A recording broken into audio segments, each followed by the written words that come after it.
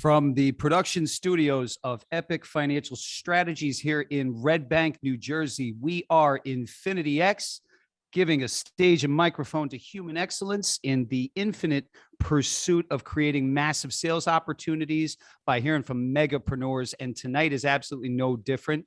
Tonight, we are fortunate enough to have Allan Draper joining us. Allan, are you there, brother? Yes, sir. How are we doing? I'm doing great, man. How you doing down in the ATL? Doing good. Arizona, actually. Arizona. Oh, okay. No, I saw a picture of you with the Atlanta hat on, so I wasn't sure if you were over in Atlanta or I'm not. a huge Braves fan. Yep. Spent some time there during the World Series, but reside in Arizona. Nice. Congratulations, man. What was it like? First championship, quite a while. Yep. It's been, since 95. So 16, years or whatever, but, 26 years. Jeez. Yeah. It's awesome. Were you actually able to be there in person? Yeah. So I went to games 3 and 4, in Atlanta, and, really splurged on game 4. I sat right behind the Braves dugout. So yeah. Okay. What was that like? That was amazing.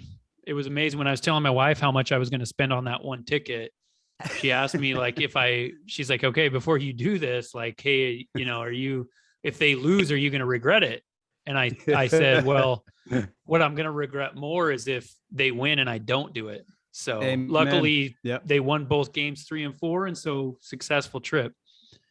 I'm reminded of Good Will Hunting, where in the scene where Robin Williams says, listen, I got to go see about a girl. I guess you already had that taken care of, so you had to go see about a game, right? Exactly. That's exactly right. Yeah.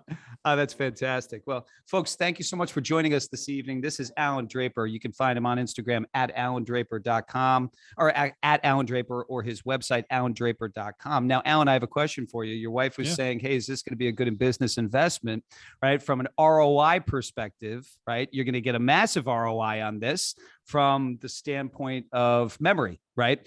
But in your world, you're not only a peak performance influencer, but you provide coaching guidance and have successfully launched your own personal businesses, multiple businesses, from what I've seen.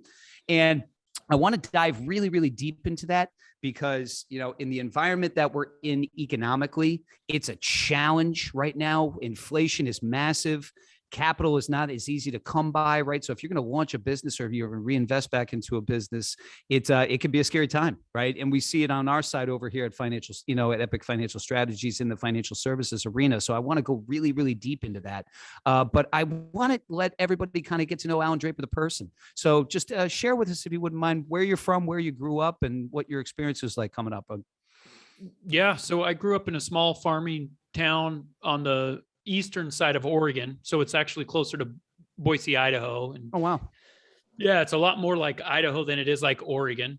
But I grew up in a farming community, grew up, hustling. I think my first job was, mowing lawns and shoveling snow when I was probably 8, 9 years old. I moved into a paper route. I delivered newspapers for a while, but I always had a job since I was about 8 or 9. Before high school, every day, and I was involved in baseball, football, basketball. But before high school, I would go to the local bakery and I'd fry donuts at 5 a.m., go home, shower, go to school, go to football practice, go home, rinse and repeat. And I just, growing up, I just always had this determination and this drive to build businesses. And I ended up going to school for a long time. I ended up getting a law degree, practiced law for a few years in the Phoenix metro area with a large firm. And it wasn't terrible. I like being a business owner a lot more than I like being an attorney, but kind of set the stage for me being able to work through some issues and start a business and eventually get to where I am today. Incredible. I heard a lot there. And now, did your family actually run a farm, or was it just a farming community? Like, what type of economic background was that like? Yeah, so my dad was a car repairman. He sold tractors on and off, but it was mostly my friends who owned farms, like their parents, and so I'd go help them. pull weeds. I picked asparagus. I worked in onion fields, things like that. I always share with my clients, and I share on our podcast quite frequently that growing up, neither my partner nor I had we didn't come from a family of means necessarily, and so the relationship with money economically was a little bit it was a little scarce, right? It certainly wasn't one of abundance. What was the economic attitude like in the town that you grew up in? Yeah, I grew up in a town where it actually gets smaller over time. Right? Yeah. It doesn't exist in a lot of places, but it gets smaller. We lose jobs. Businesses, there's just not enough people there to be sustainable. And what's funny is that people don't really leave, which makes me wonder how it doesn't grow, but it doesn't. There's one stoplight in the town I grew up. There's no Walmart or McDonald's or anything like that. Wow. And people that are from there, typically they have a pretty low ceiling, right? And so it took me going out into the world and especially reading. Reading is where I started to realize that I have infinite potential within me. And growing up in a small town where people don't really leave and they don't really leave the farm, and they'll maybe work for a local factory or something. Mindset was everything. And I tripped into it just because I loved learning about money and entrepreneurship. Yeah. But what I got most from it was this idea that the only limits that I have are going to be put on by myself. Incredible. And what was the first, what if you could date back to that book or a book that you read that really kind of opened up those doors and said, okay, you know what, I really, really have to expand my self-mastery and decrease those limiting beliefs. Was there one book that you would attribute that to? It might've been Rich Dad, Poor Dad, which is super cliche. Yep. It's super cliche, but back then it really struck a chord with me. Just kind of the story was similar in a lot of ways, where he had his biological father who was, for all the great qualities that he had, he wasn't necessarily a large financial or business thinker. And I think it just kind of planted that idea that, you can come from very little. I grew up, there's 6 of us. So eight people in a 3-bedroom house with 1 bathroom is how I grew up. And there's people that have it way worse. And I don't like to use it as a crutch or anything. I would do it again if it kind of gave me that perspective of, you can come from wherever and you can build something great. That's amazing. So, folks, this is Allan Draper, allandraper.com, at Allan Draper on Instagram. If you have a question for Allan, please put it in the chat. And so, Allan, you're in a small town, right? One traffic light, right? But you're a hustler, you're a grinder, you got the entrepreneurial spirit just oozing out of you, right? And then you identified that you wanted to, be able to cultivate the unique talents and gifts that you had. Now, what drove you to law? Why did that kind of map itself out as the initial path that you were going to be taking? Yeah, I mean, I think when I was a little kid, there were some famous law TV shows, right? And I would watch them in my small farming community, and it's like, wow, look at the life they live. Like, that guy has a Mercedes or whatever, I remember thinking. And so I think it just developed in me, and it started there. And obviously I ended up going into the law for a bunch of different reasons than I had originally, obtained the idea. But I think that goes to show how important visualization is, right? So for years, I imagined myself as an attorney wearing those suits and driving those cars. And it was so powerful that as an adult and as I went through my undergrad, it stuck with me long enough, at least, to look into the other benefits of the law, a lot of which I still retain, a lot of my connections, a lot of the way that I process this linear and logical thinking pattern. I obtained all that in law school and practicing law, but it's not a bad field, but there is a lot of limiting beliefs in being an attorney. I practice litigation, and I represented plaintiffs in contract disputes. And so basically, when one business didn't keep an agreement with another business, I came in and I sued the offending business. And what happened, and I noticed this was happening with my mindset, I only got cases and read about situations where things went wrong in business, right? Yep. When businesses were making money, when partnerships were working out great, when things were being invented and ideas created, I wasn't involved in that process. I was only involved in litigation.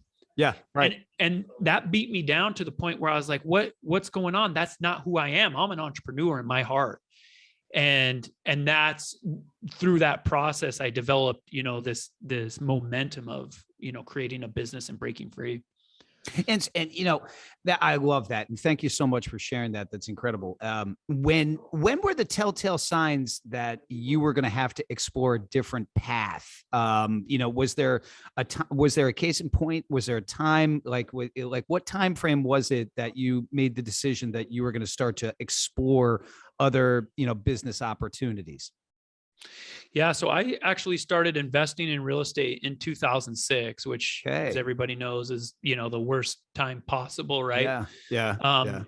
And that's kind of when I got started in real estate. But then I went to law school, practiced law for a while. And my brother was involved in a pest control business, and he was parting ways with his partner. They decided to go different directions. And so it kind of brought this idea up of us doing something together, which we had talked about back in 2006 before I went to law school, but it didn't work out. And so my first business, I mean, technically it was, in real estate, but besides that, my first business was in pest control, of all things. Now, I want to play in that space for a second because there's a lot of money in pest control. I'm aware of that. But when you were investing, are you still investing in real estate currently?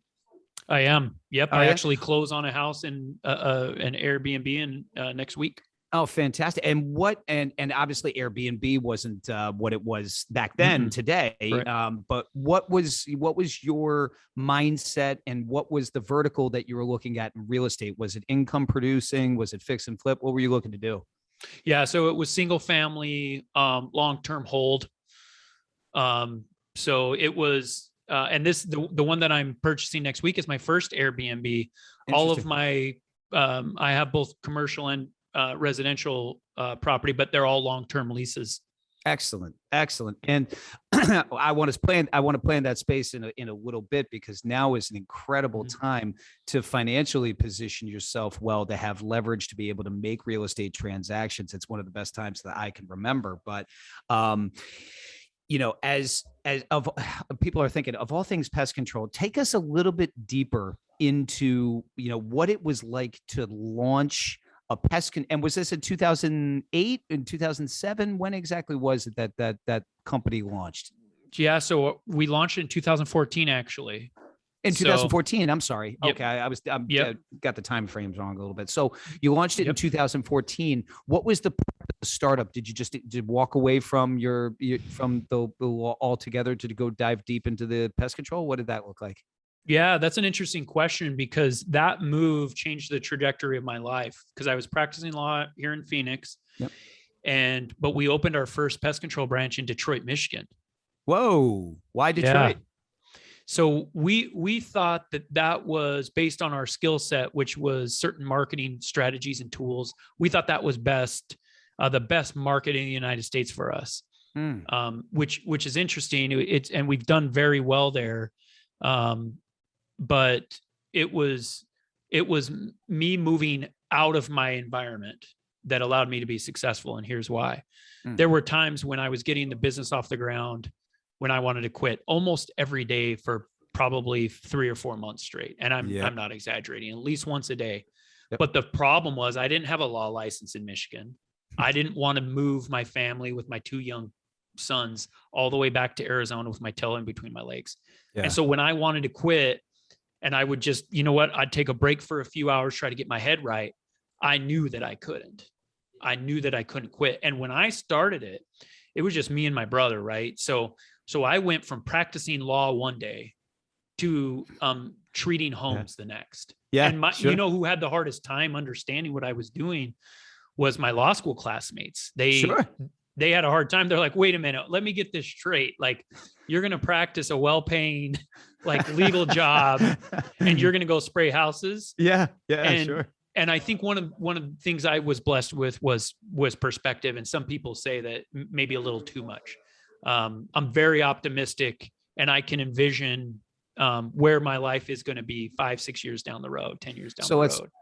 And let's pause here, because I'm hearing the brain science left and right here. And for all you entrepreneurs that are on here on the cast tonight, put your questions for Allan in the chat. I definitely want to recognize you, because Allan, correct me if I'm mistaken in what I'm about to say, right? But most folks don't necessarily envision a life in pest control necessarily, right? I have many friends who have done very, very well in pest control, but it wasn't what they had envisioned. And it's not necessarily because they want to go find the bugs, right? It's because they see the vertical and the opportunity in the business. So what was it about the pest control business, the Detroit marketplace, and the analytics that you saw that said, hey, I could turn this into something that is massively profitable?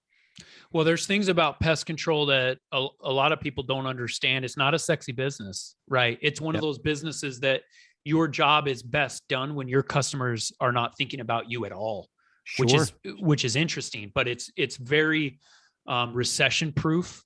There's recurring revenue, which is a huge thing. It's not a super sophisticated business, right? I'm not building rockets. And so I can go into a market and I can disrupt it pretty quickly without relatively a lot of financial backing, and without a lot of technology. You go in there and you work hard and you market well, and you can really disrupt a market. And we were able to do that. So I saw how they could scale. I like pest control originally because of that scalability and because of the vision that I had. And I knew I wouldn't get bogged down in the details, which happens with a lot of people, right? If you have a baker, they love the cooking and they love being in the kitchen and mixing stuff together.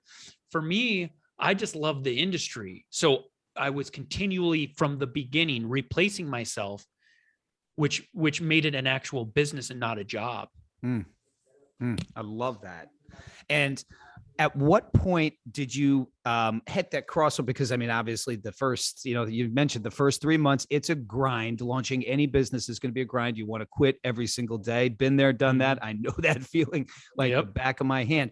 When did you start to see the crossover point and the kind of like the light at the end of the tunnel? Hey, I could actually really start to scale this upward, and I'm going to need to start thinking about ways that I can replace myself. Yeah. So, I mean, I had that vision from the beginning. So when we were still, we were doing maybe 10 grand a month in revenue, I was already hiring. And a lot of people thought I was moving too fast, but I was already replacing myself. And what I do in that process is I'm always trying to, as a business owner, I'm always trying to put myself in a position where I add the most value to my businesses. And it's not because I'm above certain jobs or I'm better than them or I don't like them. That's not the reason. The reason is because I'm responsible for certain things as a business owner. I'm responsible for making sure that I provide a great place to work for people that can be proud of what they do and making sure that they get paid and that they can progress. In order for me to do that, I have to build and scale companies. If a company's stagnant, the people aren't going to have additional opportunities. And so it was actually super early on. Within the first week or two of opening our doors, I was looking for help. Wow. And did you have concern going into that economic environment, right? Because Detroit, was it in Center City, Detroit? Was it like in the actual city, or was it in the suburban, or what was it? Yeah, so it was in the suburbs a little bit, but right there in Wayne County, and that's one of the reasons we went there. actually, is because of that stigma. Our research showed us that Detroit was a very, there were parts of Detroit that were actually very wealthy, and there were a lot of businesses that were avoiding it because of what happened in, 2007, 2008. Yep. And so that's one of the main reasons why we went there. I love that. All you entrepreneurs, you need to be listening to this. This is massive. He's talking about market market survey, right? Demographic research, right? Where is the effective place to launch a business? Where is there going to be demand, and where is it recession proof? This is magical. So did you have boots on the ground there? How did you do that research, before you actually went ahead and launched? No, we just did what we could online. We did. My partner, who's my brother, he went there and he, checked out some of the area that, we thought we would initially target. Yep. But most of it was done online and with what was, happening in the news. And we were keeping track of a couple of key competitors and seeing what they were doing there. And we also looked into markets that had certain companies that weren't in Detroit. Which was actually what helped us pull the trigger, was seeing who wasn't there. So some of the big name players, right? It's people that are going to be, absolutely. They're going to be, competition to you as you build and scale. And so what happened next, right? So you get through the first year. Were you profitable year one? You know what? We tried to accelerate depreciation, and we did such a good job that we made a couple of bucks year one. Fantastic. We tried not to, and it wasn't much. It was 30 grand or something. And it was with me and my brother both working on the business, which is a little different now. But yeah, we made profit year one. That encouraged us to expand to Boston year two. And from there we just, expanded in kind and into different industries and all sorts of things. Share with the folks online why you tried to expand or accelerate the depreciation in year one. So for us, we were wanting, we didn't want that tax liability year one.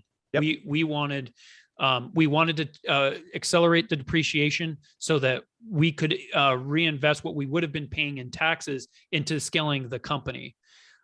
So, it's usually there's depreciation schedules or whatever that are traditionally followed. And we kind of pushed up as much as the code would allow us, push that depreciation up so that our tax liability was as little as possible year one, which you end up paying for down the road. But we thought that was a wise decision so that we had that cash flow to invest into other markets. Absolutely. Cash flow is king, right? And the ability to, because the ROI that you get on redeployment into a business that's scaling upward is massively greater than donating income taxation. It's insane, right? To the Fed. So then you move over into the Boston market. What was that transition like going into, probably a more, I'll call it thriving economy at that particular point?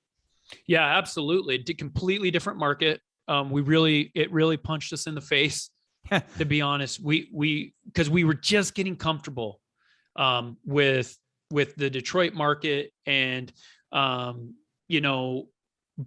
a lot more white collar, super educated. The dollar doesn't go as far there as it does in Detroit, and so we had to adjust to that separate. It's a completely different economy. We were charging, 20% higher for the same service, and we had to think quickly and move quickly. But that's one of the things that we loved about that market, and we love to this day. Have you franchised that model, or have you just stayed independent? No. So we've been approached several times with franchise offers. A lot of people think we're a franchise just because of our marketing and the brand development that we have and the way that we've been able to scale.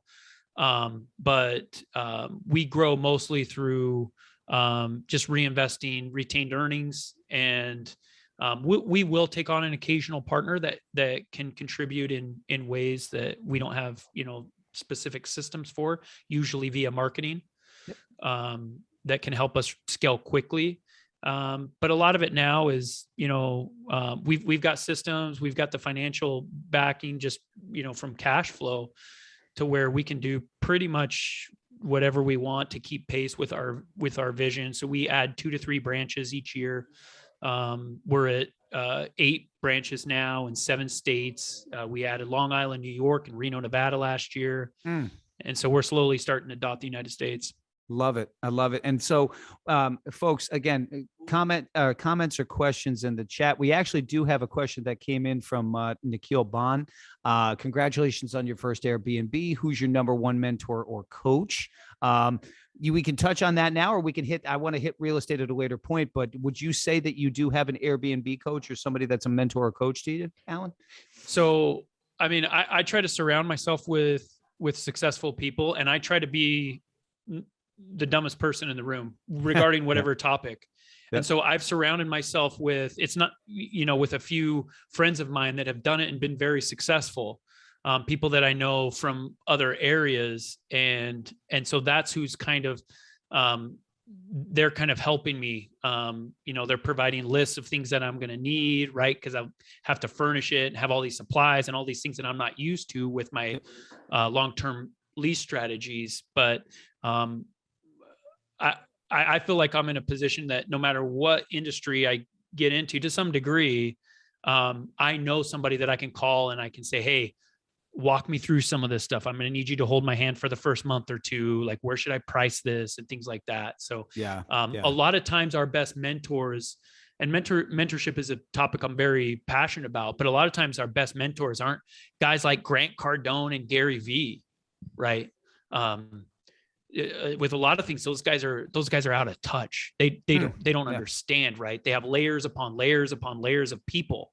And so for them to give me advice, it would be, with this type of specific thing. And so I would recommend that people look to those that are around them, right? And try to build those relationships. And I had already provided value to these two friends of mine in different ways, so that I was positioned where I needed help. I needed something in return so that I could ask for it and they would happily give it. So in order to acquire a mentor, it is a quid pro quo, right? It's this for that. It's an exchange. And it's better to start thinking about mentors and mentorship before you need it. Because by the time you need it, you may not have the time or the resources to invest into that mentorship in order to receive what you need in return. But if I'm working on it before I need something, plus that just puts you in a lot better spot, because the mentor is not just looking at you as like, oh, okay, this guy's just trying to get something from me. Right. It's unbelievable. Thank you, Nikhil, for the question. Folks, if you have a question for Allan, please put it in the chat. We are InfinityX, AllanDraper.com, at Allan Draper on Instagram. So, Allan, when the pest control business became not only stable, but became really, really wildly successful and profitable, what happened next? When did you break out into your, what business venture did you break into next? So from pest control, we kind of doubled down on real estate. We started buying some commercial buildings. And from there, I got into podcasting. I have a podcast. I actually have two. One is called the Business Growth Pod. Yep. This general business strategy and advice. And then I have the Bug Bucks podcast that is for the pest control industry. Very popular podcast. And is that specifically podcast, or did you put that onto Clubhouse also? So we do Bug Bucks groups on Clubhouse on Monday nights. That's a lot less formal. Yeah. So we went from there, from pest control, and then we started, we own a collection of about 23 companies now. We own operating companies that help facilitate services for pest control companies. We own a software company. We developed a software that is an integration platform that's really starting to take off. I own a digital marketing agency. So got my hand in quite a few different things. You sure do. Yeah. Success leaves clues. So you moved into commercial real estate, and was that a specific discipline that you had, or like what led you? What was your dynamic and angle when you were moving into commercial investment?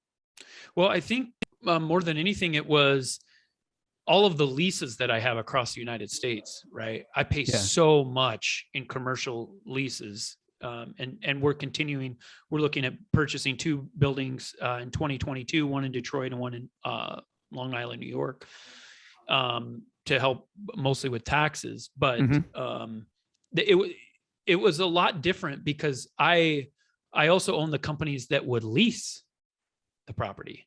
So I own separate real estate holding companies that own it, but then I lease it to the companies that I control, right? So I can sign a 10, 15, 20 year lease and pretty much double the value of that property overnight. Absolutely. It's the ultimate hack, right? And and then you mentioned that you own is it a software technology or information technology?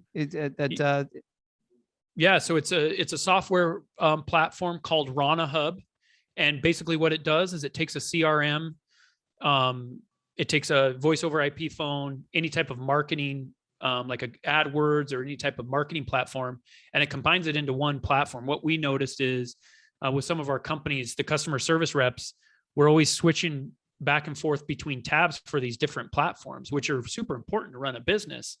And we just created this integration platform that we use the API from the different, voice over IP for the CRM, and it just merges it all into one, so that I have my marketing platform, my phone, any type of chat system, and then my CRM into one platform, so they can do everything from right there. Folks, you're hearing constant innovation. You're hearing constant growth. You're hearing the chess pieces being put in place to make a company and a brand holistically recession-proof. I absolutely love it, Allan. That's incredible. And so where do you see this scaling upwards towards? Right now, your current positioning, you're owner of multiple businesses. You have successful podcasts, business consulting, as well as consulting and expansion in the pest control arena. Where do you see expanding to? Yeah. So, I mean, my one of the reasons why I feel like I was put on this planet, at least from a professional standpoint, is to start and scale companies. That's what I'm passionate about. That's what I get up in the morning for. That's what I consider to be one of my hobbies. I would do it if I didn't get paid. And in a lot of cases, I don't get paid. I help people do this. My end game is when people come to me and they're like, "Hey, Allan, I have I need some help with this, finding financing, or organizing structure of my business, or maybe some legal issues or whatever." I'll pick and choose certain companies and I'll pitch them. I'll say, "Hey, bring me on board. I'll help you with this. I'll help you solve that problem." And I'm pretty picky of about, every 100 companies business owners that come to me, I'm interested in probably, 3 to 5 of those. But I've found some great business relationships through that platform of just scaling my current companies. But for me, I want to own in the next 10, 15 years, I want to own 100 companies that have at least a minimum of $1 million market cap.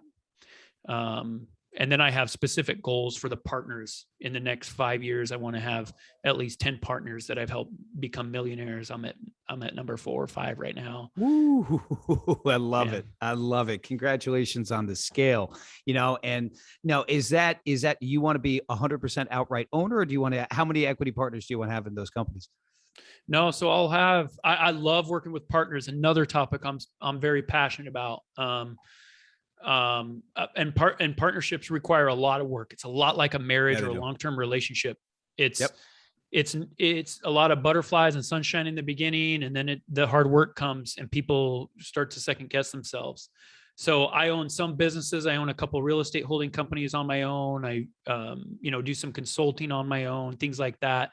But most of my businesses I have partners with. And without my partners, without my brother, without some of my other partners, there's no way that I'm where I am today. And so I want to be that for other people. So when people approach me and they're like, "Hey, I'm looking for money. I'm looking for, somebody sit on board of directors. I'm looking for whatever help with marketing." In a lot of cases, I'll take a minority share and just help them get to the next level. I want to key on something that you shared, marketing. So number one, when did you kind of branch over, because you're experiencing a good amount of success on social media, right? 30,000 plus subscribers on Instagram, et cetera. What do you see the largest growth verticals for you social media wise, if that is a focal point of yours? And part two to that question is, when did you really start to double down efforts in those specific marketing models? Yeah. So I'm looking for younger entrepreneurs. I'm looking for Gen Z and younger millennials. That's kind of my target. I want to help startups. I'm really passionate about the early phases. Why is that, by the way, Allan? Why so passionate about the early phases? I just love it. I love the unknown. I love that moment when you realize you have a sinking feeling in your stomach because you don't know if it's going to work out. I love that. And with some of my companies, I don't have that anymore. The risk is all but gone. Yep. And I just crave that. I crave the early building process. Where do you see people tripping up? I mean, early on, I think people don't spend enough time focusing on core values and vision. I think they're so worried, and I get it, but I think they're so worried about keeping the lights on that they don't think about 10 years down the road. I think sometimes they'll sell themselves short. I think Tony Robbins is known for saying we overestimate what we can accomplish in 1 year and we underestimate what we can accomplish in 5. And that's the sweet spot for me, is focusing on the 5 and 10 year plan. And I think early entrepreneurs have a hard time with that. I think early entrepreneurs have a hard time developing systems early on and keeping track of where they went right and where they went wrong. Again, because there's this frenzy, right? And I'm going through it right now. I have 2 startups that, we launched within the last couple of months, and I get to relive it. Right. And so I'm learning again for the, 15th time that you got to get those processes in place, and you've got to spend. And another thing is, early entrepreneurs don't pay for good help. Interesting. Oh, okay. And is that because of fear? Is that because of poor planning? What attributes to that? I think a couple of things. I think it's a lack of funds. I think it's being short-sighted. I think they'll have a budget and they'll say, hey, I'm going to put, 90% of this into marketing or even systems. And where they should really put it to some degree is in personnel, especially in this labor market with the inflation is what it is, the Great Resignation. And I think it's going to get worse. We are always hiring. I always have, 20 plus vacancies in between my companies. And so, I'm starting to realize that. So we're trying to get in front of that. And I think early entrepreneurs don't realize that they're not the ones that are going to build their company. They're the ones that build the vision, but the people they surround themselves with are going to build their company. Yep, absolutely. Allan, if you were, obviously you're starting up companies right now, but if you were tasked with one specific business market to start a company in, what would it be? Why would it be? Industry? Yeah. I would do some type of home service business. I would probably do pest control, but if not pest control, landscaping, window washing, house cleaning, some type of home service business, especially in this crazy inflationary environment that we're in. I would try to get something a little stable, especially if it's my first business, so that I can have cash flow to fund the rest of what I'm trying to accomplish. And what would be your marketing plan? Would it be all social media based? Is that door knocking? Because in the area where I live, I still get a lot of door knocks for pest control as an example. Like, what would be your marketing strategy? Yeah. So if it were pest control, I would do a combination, but I would definitely get some door-to-door sales personnel. But I would do a mix. I would do some digital marketing. Social media, I wouldn't spend a bunch of time on it. People don't really like looking at bugs when they're scrolling through their Instagram feed. Right. They want to look at shoes or a funny dance video, and there's ways to get creative with it. But I would spend it mostly on door-to-door contact and digital marketing. Early on, you're focused a lot more on top line revenue, versus brand development, which we're starting to get into. We're starting to get into billboards and road signs and things like that. Allan Draper, AllanDraper.com. We are Infinity X, giving stages and microphones to human excellence. If you have a question for Allan, please put it into the chat. And so, Allan, you keep going back to inflation, and I totally identify with that. Have you seen supply chain challenges and what have been your pivots to maintain and offset inflationary pressures? Yeah, so there are definitely some supply chain issues right now. I think what's important is that the businesses and the entrepreneurs have good relationships with their vendors, because they're relying on their vendors to supply them with whatever they need to conduct their business. And because of our relationship with some of our vendors, we've been able to avoid some of those pitfalls that are being caused by the shortages and supply chain issues right now. Another thing is, and look, I can say you should be prepared for anything until I'm blue in the face, but none of us were ready for COVID. I don't care who we are. But be ready for something and be ready to pivot. Have options. Because I've seen some companies do amazing things during COVID. Right. We've seen restaurants that have started doing curbside and they've started doing delivery and they've pivoted. Right. They didn't lose track of their core competency, but they weren't afraid to change. So that would kind of be my top tip is make sure that you're okay and change becomes part of your company culture. Because even during good times, it's important that we change and adapt so that we continue to get better. I thank you for sharing that. It's a good access point also, because you're right. Not a lot of people were prepared for COVID. We at our firm, we experienced a massive acceleration in our relationships, our relationship capital, our sales opportunities. And COVID, I hate to say, but it was one of the best things that ever happened to us, right? Because interestingly enough, our firm, just a little background, our firm, based upon some ecosystems and relationships that we have, was able to measure, monitor, and scale over the course of about a 24-month period of time, what I would call 8 qualified sales opportunities and sales conversations on a month-over-month basis. And qualified is a loose term, but from our standards. But we were able to scale from 8 to this coming month, we might knock on the door of anywhere between 600 to 800 sales conversations, and the reason for that is because we had from a scaling and visionary perspective, we had identified that the services that we provide, to your point, are recession proof, but we had the ability to create relationships with specific ecosystems that could drive conversations to us. An example of that, you'd mentioned real estate investing. We do a ton of work with real estate investors. And one of the reasons that we do a ton of work with real estate investors, number one, is because it requires cash flow, right? It requires startup capital or capital in general to be able to deploy into these strategies. But because of inflation, right? Specifically, if I'm taking $1 to invest into a property, I've lost liquidity on that dollar, number one. And number two, even the rental income that is produced from the property that I'm buying might not necessarily be massively net positive cash flow wise. So what's an alternative to that? Well, an alternative to that is setting up insurance strategies, right? Leverage against insurance strategies to be able to borrow against, buy property, and have your money continuing to work for you in a different garden, right? That is just one specific example.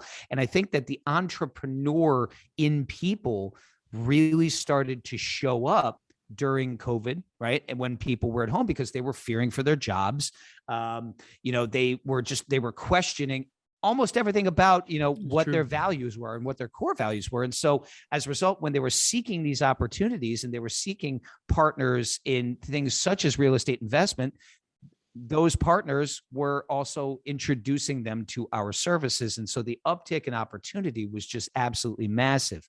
Did you have kind of like that same experience? Obviously, again, COVID hit threw everybody for a loop, but did you find people searching you out for startup opportunities during the COVID time at a higher scale?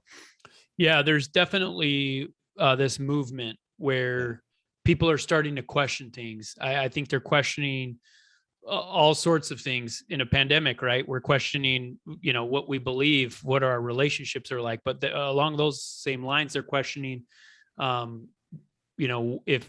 what they're doing is fulfilling. And no, it's been crazy, and there's so much opportunity right now, which is interesting, but they're questioning a little more, and I like that. And sometimes they don't take the leap, right? Starting a business isn't necessarily for everybody. But I have definitely noticed that people are, with increased flexibility of jobs, right? So many people working from home or doing some type of flex schedule. They're like, there are questions that arise about, hey, why weren't we doing this earlier? Or if we can do this, and maybe I can spend, I don't have this hour commute that saves me, 10 hours a week. Like maybe I can put that into a side hustle.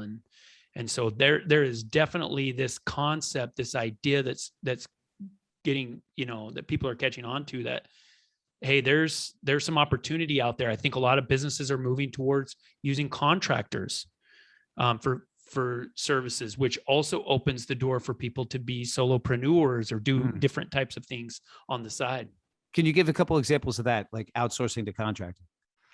Yeah. So, there's all sorts of examples, because what happened is businesses started to realize, like, hey, because, for better or worse, sometimes government tells us how to run our businesses, which I think the government should stay out of it for the most part. But one of the benefits that came when they closed offices and they said, hey, you can't be around a certain number of people or whatever, is, business owners got creative and they said, hey, these people don't necessarily have to come into the office, especially the older group of entrepreneurs and business owners, because they always thought, okay, this person has to sit in this chair. They have to sit here for, this number of hours. And so when they started working from home, and they're like, okay, this actually works too. We can figure out some ways to make this work. And then they're like, well, man, maybe I don't need to pay benefits, or maybe there's a way to fill this seat with a contractor that works, a weird schedule, a few hours a week. And so I think it created this environment where not only were the employees starting to ask questions about their status and their future, but the employers were also doing that.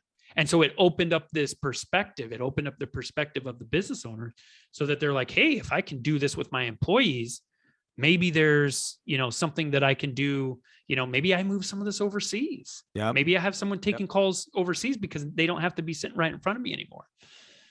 And thank you for that point. I love that. What I keyed in on one additional thing, which I think is really, really critical, is startup capital and leverage, right? One of the things that we saw a real big uptick in with our business clients was the need for, continuation of funds, the need for the PPP, the need for the EIDL loans. Are you finding that businesses are not aware of the sources of liquidity that could potentially be available to them, even in these times? Oh, 100%. There's so much. I think there's a lot of money out there for businesses. I really do. I think with, the government just printing money, like there's no tomorrow. And, we have this, political environment, which has been going on for decades, where, the president gets blamed for the economy. And so we don't want to have a bad economy. We don't want to live through a recession. Right. And so there's all these programs, but there's so much. And a lot of them I don't even hear about. Until they go through one of my professionals, either one of my attorneys or my CPA. My CPA has been great at, hey, Allan, there's this program and there's that program. And it's like, really? They're doing that? And so there are a lot of government programs right now, some of them through the SBA, where people can get access to funds. You just got to jump through the SBA loopholes or, hoops or whatever. And, but there is money out there. You mentioned your accounting relationship. I love that you shared that. One of the things that I find with our clients when we're first meeting them is what I would classify as a lack of coordination and communication from trusted advisory, right? The left hand is not necessarily speaking to the right hand. The CPA might not be speaking with the financial planner or doesn't even have a relationship with the planner, right? And that creates challenges, lost opportunity cost, lack of knowledge of what's available and what's, what people are aware of out there. And I love that you have that relationship with your CPA. Do you find that the businesses that you're coaching, or pre-existing relationships that or not, excuse me, not pre-existing, new relationships that you have are coming on, have that same lack of coordination? And what's the solution there? Yeah, I mean, that's another thing that young business owners or early entrepreneurs have an issue with, and that's paying professionals. Exactly. And so they definitely have that gap where they're like, hey, I'm going to save these few bucks just like they would for, hiring an exceptional employee, and they'll put it into marketing. And it took me a while to get caught on to the value of having these professional services. And so certainly there are these gaps, right? There are a lot of small businesses that don't even keep books. Yeah. They run their business like a lemonade stand, and I'll come in and I'm like, pay somebody to do this, for heaven's sakes. You can't get to where you're going if you don't know where you're at. Right. And so there's definitely that disconnect. And I think it's an ongoing struggle, right? It's as you grow, those disconnects tend to happen, and you have to fix them. We're going through something like that right now. I'm trying to hire a key financial person to fill in some of those gaps. I love it. AllanDraper.com, at Allan Draper on Instagram, Allan Draper on LinkedIn. We do have a question that came in from Faraz. And the question is, do you offer custom-made solutions for real estate along with leverage in terms of different countries, or are they specifically for your country? Interest rates and premiums are different for us. Yeah, so I don't think I understand completely, but I definitely mentor folks overseas.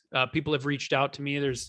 I have a buddy that he DM'd me on Instagram, lives in Italy, and has this concept for an online marketplace for high-end clothing.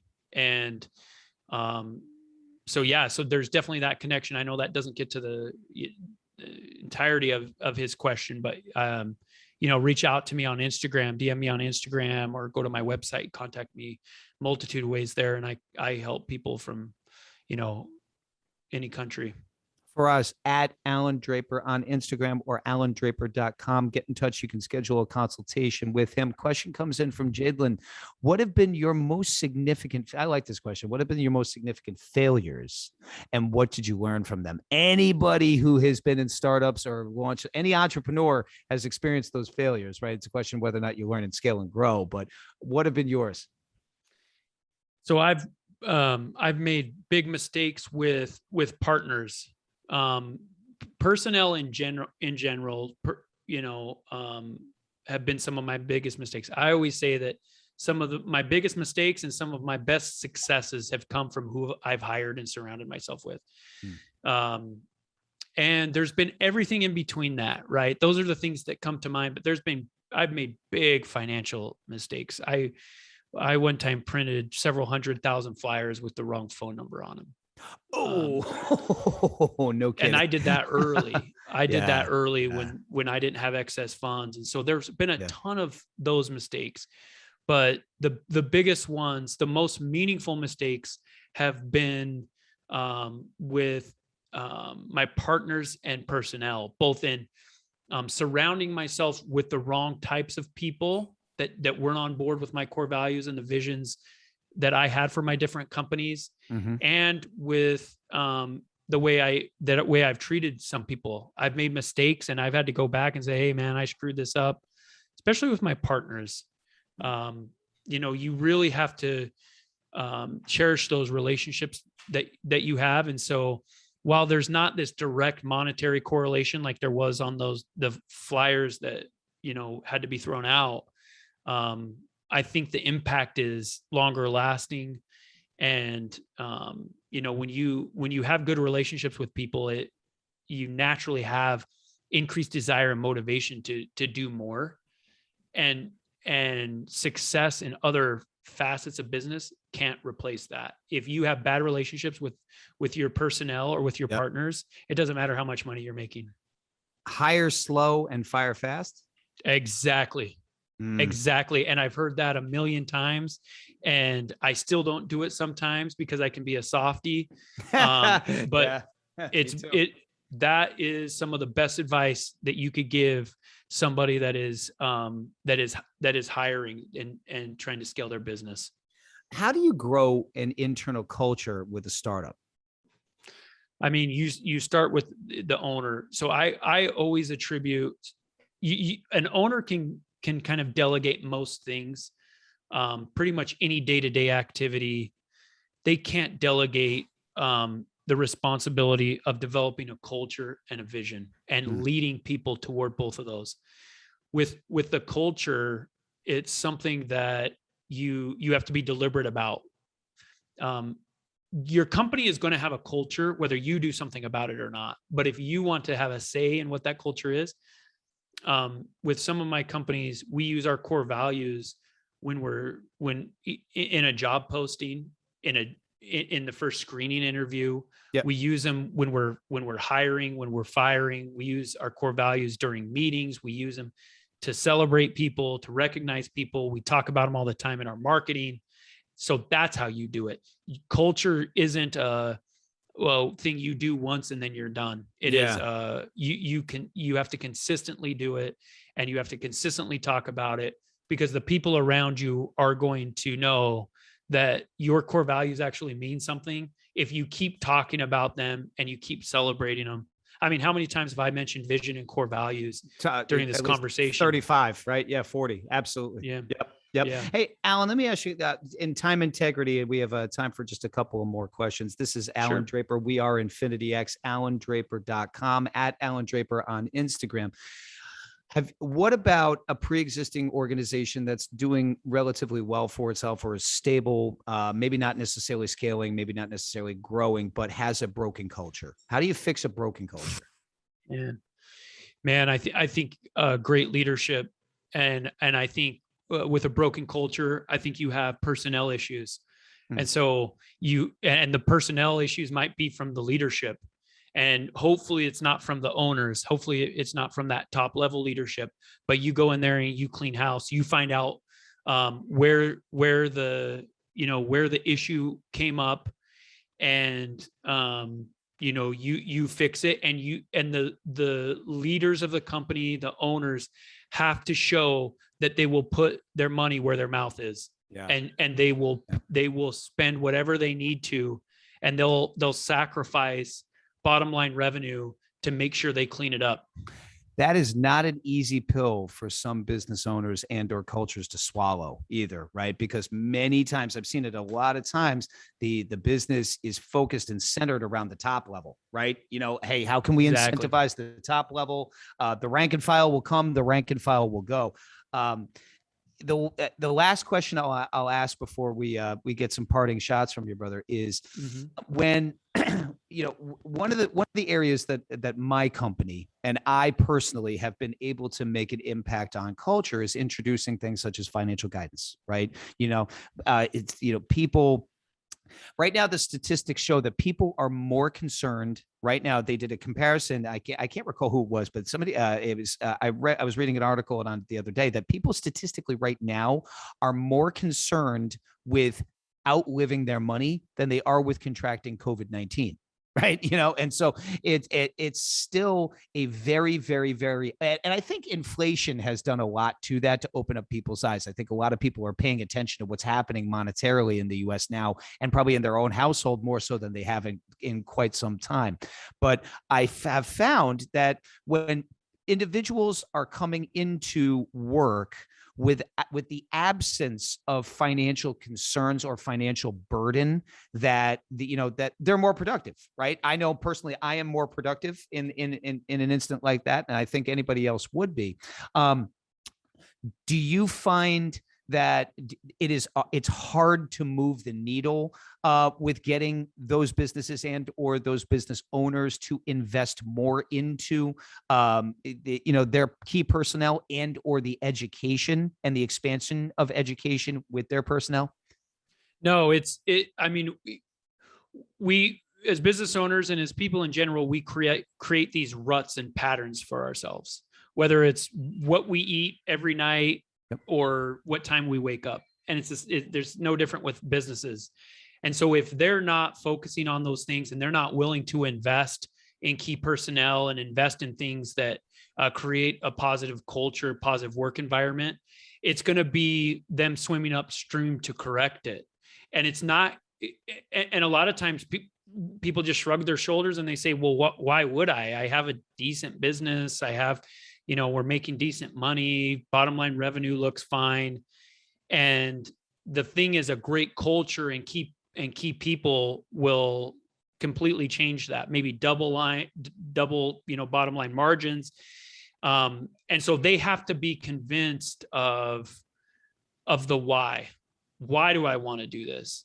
And asking yourself why is a big part of being a business owner, because you get to the point several times, especially early on, where you're wondering why you're doing this in the first place. Yep. And money is not a great motivator.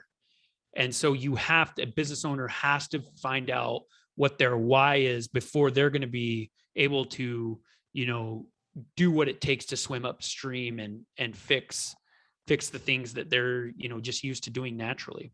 Yeah. I've heard time and time again, and one of my mentors instilled upon me that your why has to make you cry, right? It's got to be something that is so deeply entrenched in you and emotional to you. And let me ask you, parting shot, what's your why? Yeah. So, I've always wanted to build. I've wanted to, I've wanted to create something out of nothing, right? I've wanted to, not necessarily out of nothing, but organize resources, right? We've seen over the last couple of years how easy it is to destroy and destruct and tear down, whether that's emotionally or physically, people, burning down buildings or whatever. And so I like the creative process. I like, the confidence that it gives me. I like the personal development that I'm allowed through building and through challenges. I try to make myself uncomfortable regularly. It's only when we're uncomfortable that we're progressing. And so whether that's in the gym or whether that's, in your scholastic studies or whatever, if you're not uncomfortable, you're not progressing. And so that's, those are a big part of why I'm doing these things. I'm getting to the point, I'm still, I'm not young, but I'm not old. And I'm getting to the point where I'm starting to think about my legacy, right? People think first about just survival. Then they think about freedom. Then they think about, showing off what they've made. And then eventually they get to the point financially where they think about their legacy. Yep. But for me, if I lost it all financially, I'd just do it again. Yeah. This is Allan Draper. We are Infinity X. And Allan, I'm going to ask you a personal question. I see a ton of sneakers there in the background, brother. What's your favorite pair of kicks? Yeah, so I'm a big I collect mostly Jordans. I have some Kobe's back there. May he rest in peace. Yep. May rest in peace, Kobe. Yep. So I collect exclusively Jordans, but I have a few nice pairs back there. I have a pair of Jordan 6s. They're Travis Scott's. I'm not a Travis Scott fan, but the shoes, there's some British khaki ones back there that I really like. So outstanding. Anything Jordan. You can't go when it's Jordan, you can't go wrong. I respect that, brother.